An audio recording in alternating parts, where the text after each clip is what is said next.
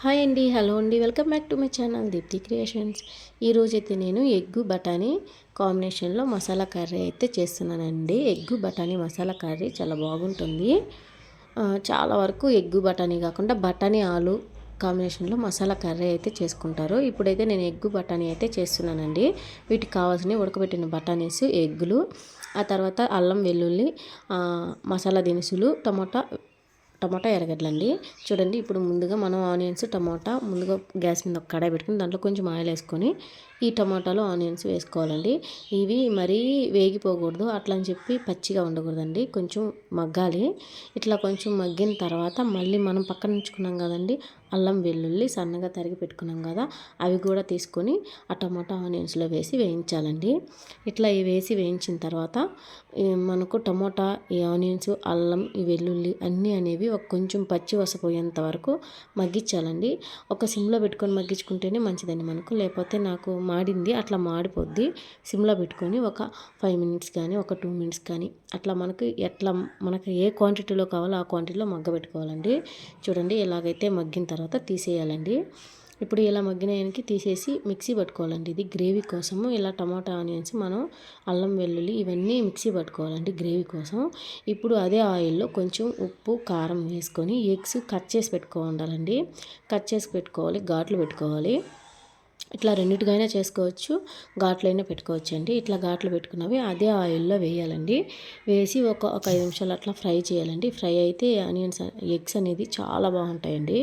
ఇట్లా ఈ లోపల అవి ఫ్రై అయ్యే లోపల మనం వేయించి పెట్టుకున్న టమాటాలు, అల్లం వెల్లుల్లి వీటిని మిక్సీ పట్టుకున్నామండి. చూడండి, ఇవైతే నేను ఫ్రైలో వేయలేదు, అంటే వేయించలేదు, పచ్చివి వేస్తున్నాను. అట్లా వీటినైతే మిక్సీ పట్టాలండి. ఈ లోపల ఎగ్స్ ఫ్రై అయిపోయి ఉంటాయి. వీటిని కానీ తీసి పక్కన పెట్టేసుకున్నామండి. పక్కన ఒక బౌల్లో పెట్టేసుకున్నాము. ఇప్పుడు మనం మళ్ళీ అదే ఆయిల్లో ఇంకొంచెం ఆయిల్ వేసుకోవాలండి. ఇప్పుడు ఇక్కడ ఆప్షనల్ అండి, మనం ఆనియన్స్ కట్ చేసి వేసుకోవచ్చు, వేసుకోకపోవచ్చు, అది మన ఇష్టం అండి, మన ఆప్షను.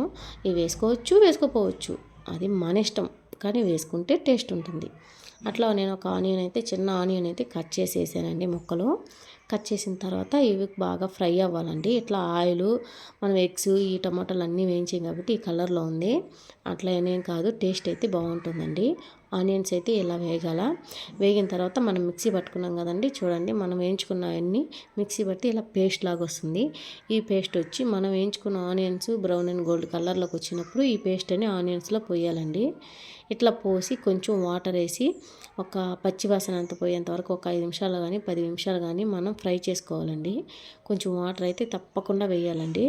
కొంచెం వాటర్ వేసి కలిపితేనే మనకు మసాలా అనేది కుక్ అవుతుంది, అట్లా పచ్చి వాసన అనేది పోతుంది.